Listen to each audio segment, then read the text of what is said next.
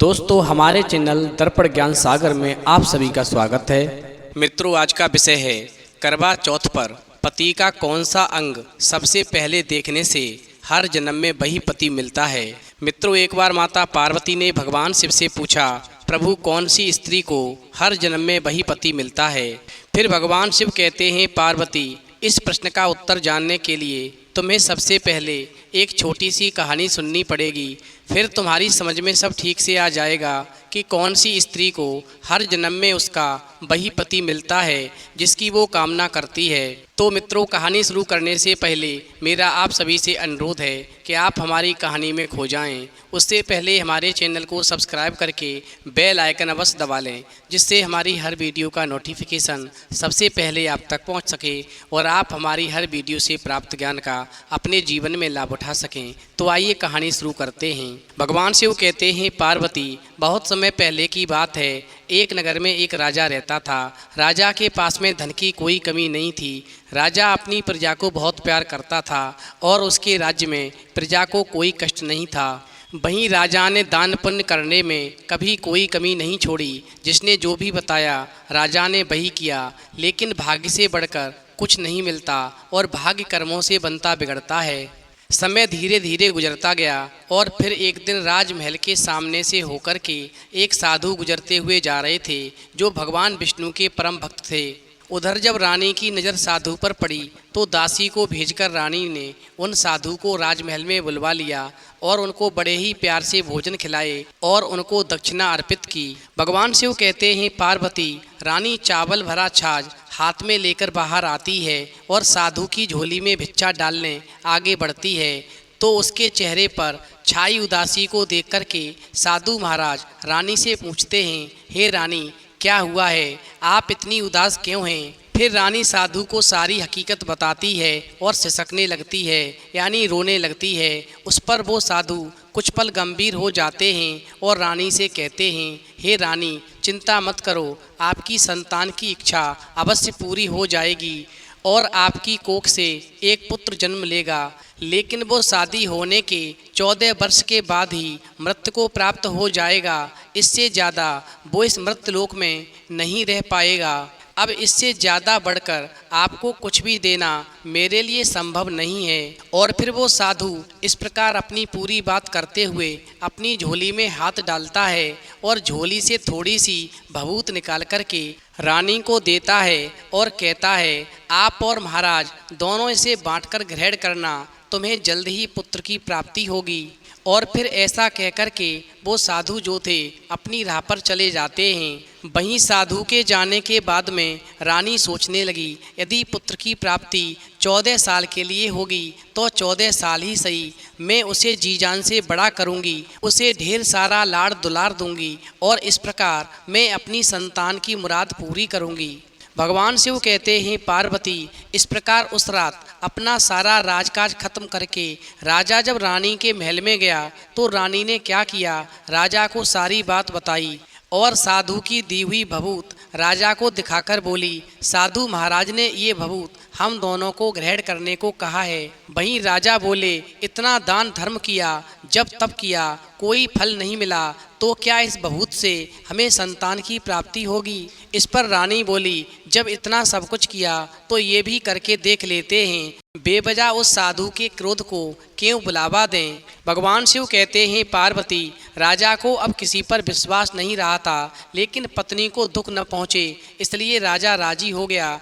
और इस प्रकार राजा और रानी दोनों नहाते धोते हैं, फिर अपने भगवान का नाम स्मरण करते हैं और अपने पुरखों को स्मरण करते हैं और उस साधु महाराज का नाम स्मरण करके वो भभूत बांटकर दोनों खाते हैं। उसके बाद दोनों निश्चिंत होकर के सो जाते हैं।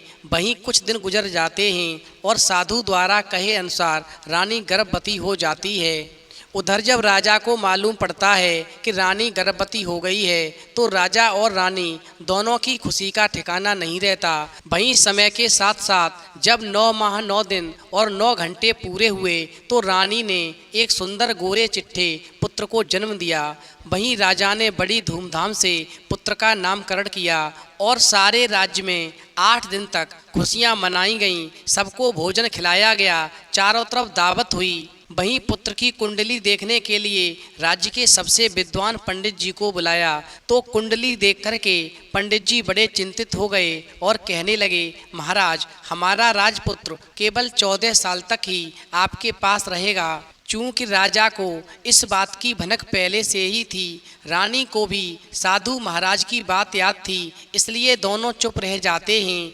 उसके बाद में राजा और रानी बड़े लाड़ प्यार से बेटे की परवरिश करते हैं, उसकी हर ख्वाहिश पूरी करते हैं और मन में सोचते हैं कि थोड़े समय के लिए ही सही भगवान ने संतान की हमारी मुराद पूरी तो कर ही दी। उधर राजपुत्र रोजाना धीरे धीरे बड़ा होता है। जब वो 7 वर्ष का हो जाता है तो राजा एक अच्छे गुरु की नियुक्ति करके उसे पढ़ाई लिखाई, राजशास्त्र, शस्त्र विद्या, घुड़सवारी इत्यादि 12 विद्याओं का शिक्षण देते हैं। वहीं जब वो सब शास्त्र विद्या में पारंगत हो जाता है और 12 साल की उम्र का हो जाता है, तब एक अच्छी सी राजकन्या खोज करके राजा बेटे की शादी कर देते हैं। इस प्रकार 2-3 साल और बीत जाते हैं और बेटा राजकुमार 14 साल का हो जाता है। वहीं एक दिन राजपुत्र राजा से कहता है, पिताजी, मैं अपना सारा राज्य घूमकर देखना चाहता हूँ। आज तक मैंने केवल इस राजवाड़े के अलावा कुछ नहीं देखा है। वहीं बेटे की बात को सुनकर के राजा चिंतित हो जाता है, क्योंकि पुत्र को 14वां साल शुरू हो चुका था। अब कोई अनहोनी होने का वक्त नज़दीक आ पहुंचा था। लेकिन राजा ये सब बातें अपने राजकुमार को नहीं बता सकता था। वो क्या करता, चेहरे पर खुशी लाकर बेटे से कहता था, हाँ हाँ बेटा, जरूर जाओ, अपने राज्य को चारों तरफ घूम करके देखो और देखना भी चाहिए कि कहाँ पर क्या है, ये सब जानना चाहिए, क्योंकि कल मेरे बाद तुम्ही को तो राजा बनना है। मात्र एक बात का ध्यान रखना, तुम जहाँ भी जा रहे हो, क्या कर रहे हो, ये बात कभी भी अपनी पत्नी को मत बताना। वहीं राजकुमार कहता है, ठीक है पिताजी, मैं पत्नी को कोई बात नहीं बताऊंगा, आपने जो कहा है मैं वैसा ही करूंगा। वहीं राजपुत्र दिन भर अपनी पत्नी के साथ में मौज मस्ती करता है, खुशियां मनाता है और रात को ठीक 12 बजे बिस्तर से उठकर बाहर चला जाता है। फिर वो पौ फटने से पहले वापस अपने महल में आकर सो जाता है। ऐसा बहुत दिनों तक चलता रहा और अब राजकुमार का 14वां साल खत्म होने में कुछ ही दिन बाकी रहते हैं। इतने में क्या होता है, राजकुमार की पत्नी एक दिन अचानक रात में जाग जाती है तो वो क्या देखती है कि बिस्तर पर राजकुमार नहीं है। फिर वो महल में सब जगह देखती है तो राजपुत्र कहीं भी नजर नहीं आता। आखिर वो क्या कर सकती थी, वो चुपचाप रहती है। फिर भोर होने पर क्या देखती है कि उसका पति राजकुमार अपनी जगह पर सोया हुआ है। वहीं पति को सोया हुआ देखती है तो पति से भी कुछ भी नहीं पूछती। लेकिन दूसरी रात वैसा ही होता है, तीसरी रात भी वैसा ही होता है, चौथी रात भी वैसा ही होता है। यानी राजकुमार रात को चला जाता है और सुबह होने से पहले ही वापस आकर के बिस्तर पर सो जाता है। ऐसा बहुत दिनों तक चलता है तो रानी यानी राजकुमार की पत्नी बहुत ही चिंतित होने लगती है। पति रात को आखिरकार कहाँ जाता है, किससे मिलने जाता है। राजकुमारी के मन में ढेर सारे सवाल उठते हैं, लेकिन राजकुमार की पत्नी को राजकुमार से कुछ भी पूछने में डर लगता है, शायद पति गुस्सा कर बैठे। वहीं सास ससुर से पूछने के बारे में सोचती है, यदि मैं सास ससुर से पूछूंगी कि आपका बेटा रात्रि में कहाँ जाता है तो हो सकता है कि उनके कुल की मर्यादा बीच में आ जाए। इसलिए कुल की मर्यादा रखने के लिए वो चुपचाप रहती है। यानी राजकुमार की पत्नी अपने सास ससुर से यानी राजा रानी से भी कुछ भी नहीं पूछती। वहीं इस तरह मन ही मन में वो कुढ़ती रहती है। इस हालत में उसे खाने पीने में दिलचस्पी नहीं होती। धीरे धीरे वो दुबली पतली होती जाती है। वहीं उस राज्य में एक दिन फूल बेचने वाली एक बूढ़ी मालिन थी। वो हमेशा छोटी रानी को फूल देने उसके महल में आती थी, यानी राजकुमार की पत्नी को फूल देने के लिए आती थी। वहीं एक दिन राजकुमार की पत्नी को जब उस बूढ़ी मालिन ने उदास देखा तो उससे पूछ लिया, बेटा तुम दिन पे दिन क्यों सूखती जा रही हो, आखिरकार तुम्हारा चेहरा उदास क्यों रहता है। इस प्रकार बूढ़ी मालिन की बात को सुनकर के राजकुमार की पत्नी कहती है, क्या बताऊं अम्मा, तुम्हारा राजपुत्र हर रात बिस्तर से उठ कर के रात को कहीं चला जाता है, सुबह होने से पहले ही वापस आकर सो जाता है। वो कहाँ जाता है, प्रेमिका से मिलने जाता है या कहीं और जाता है, और यही सोच सोच कर के मैं अन्न जल ग्रहण नहीं कर पाती हूँ और सूख सूख कर के इस तरह कांटा बन गई हूँ। वहीं बुढ़िया सब बात सुनकर के राजकुमार की पत्नी को एक उपाय बताती है और कहती है, बेटी ऐसा करना, आज रात तुम सोना मत, उसके पीछे जाकर देखना कि वो कहाँ जाता है, क्या करता है, उसकी अच्छी तरह से पहरेदारी करना।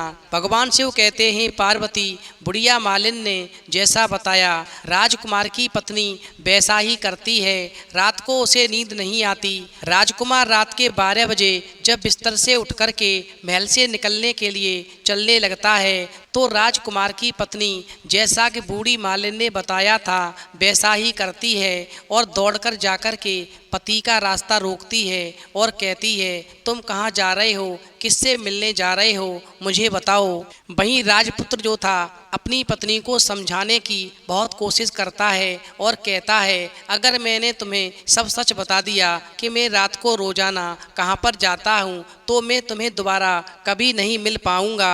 वहीं राजकुमार की पत्नी कहने लगी, कोई बात नहीं, ना मिल पाओ तो कोई बात नहीं, लेकिन आप रात के समय कहाँ पर जाते हो ये मुझे पहले बता दीजिए, उसके बाद मैं जाने दूंगी।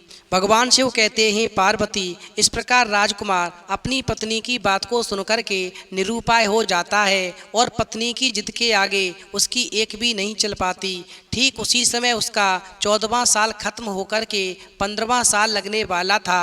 फिर राजकुमार सोचता है, जो होता है हो जाने दो, और फिर राजकुमार कुछ चावल मंत्रों से सिद्ध करके अपनी पत्नी को देकर कहता है, इन चावलों के दानों को दोनों हाथों की मुट्ठी में पकड़ना, पहले दाएं हाथ में पकड़े चावल मेरे ऊपर फेंकना तो तुम्हें मालूम पड़ जाएगा मैं कौन हूँ, उसके बाद में बाएं हाथ में पकड़े हुए चावल मेरे ऊपर फेंकना तो मैं जैसा था वैसा ही तुम्हें मिल जाऊंगा, लेकिन यदि तुमने बाएं हाथ के चावल मेरे ऊपर फेंकना भूल गई तो मैं तुम्हें कभी नहीं मिल पाऊंगा।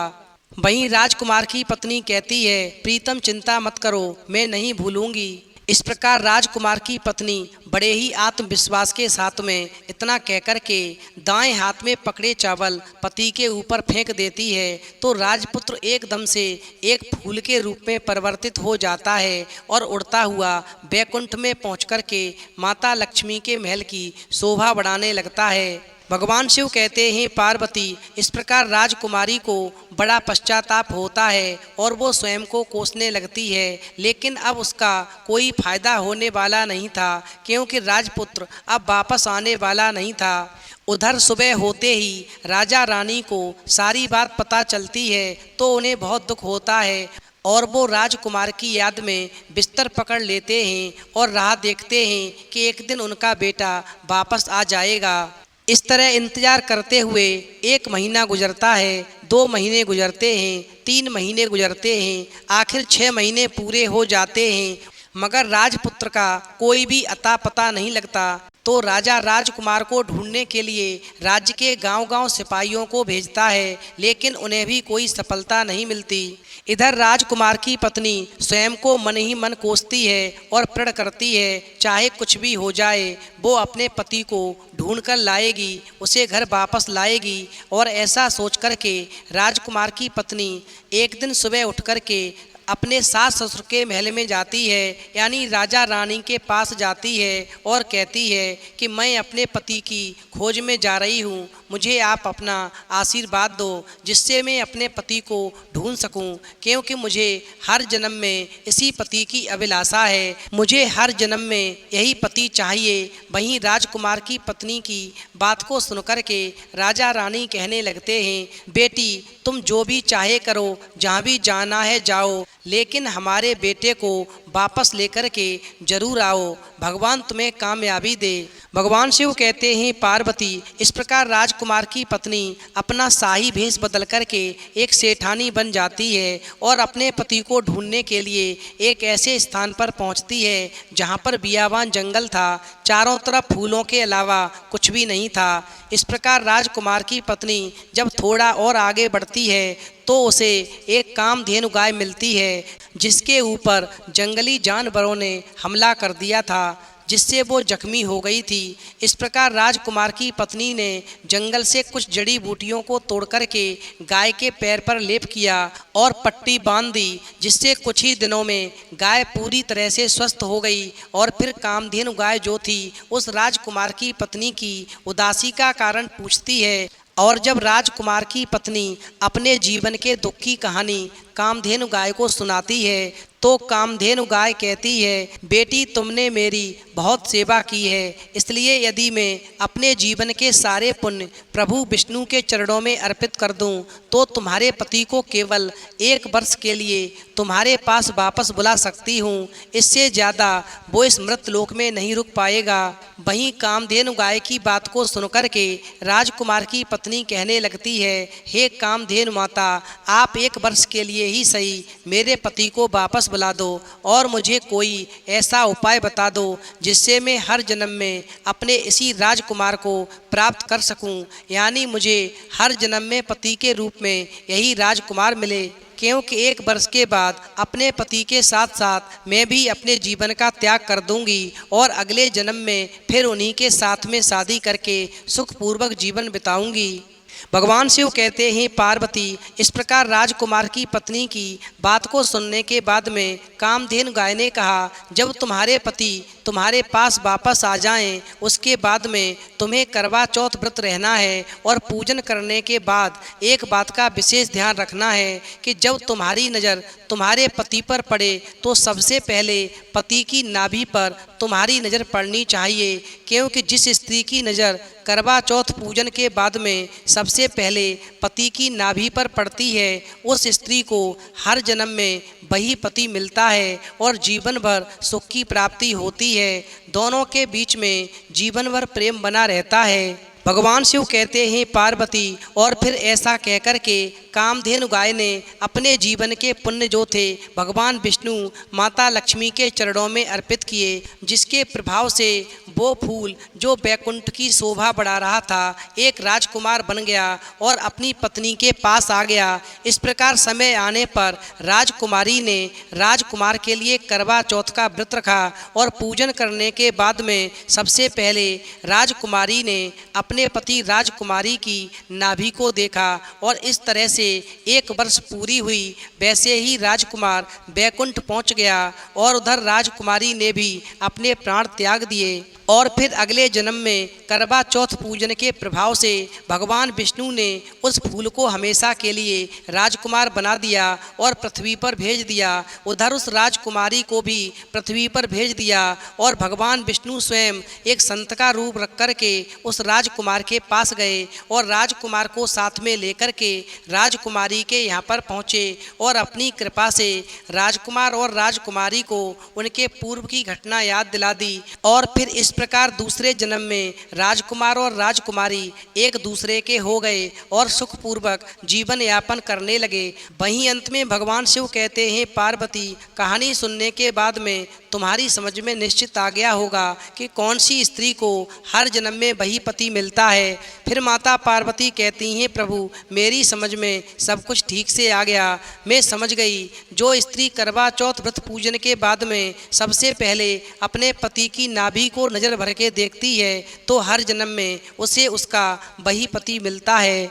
तो मित्रों, यदि आपको वीडियो पसंद आई हो तो प्लीज़ आप हमारे चैनल को सब्सक्राइब करें और भगवान शिव और पार्वती के लिए एक लाइक करना बिल्कुल न भूलें।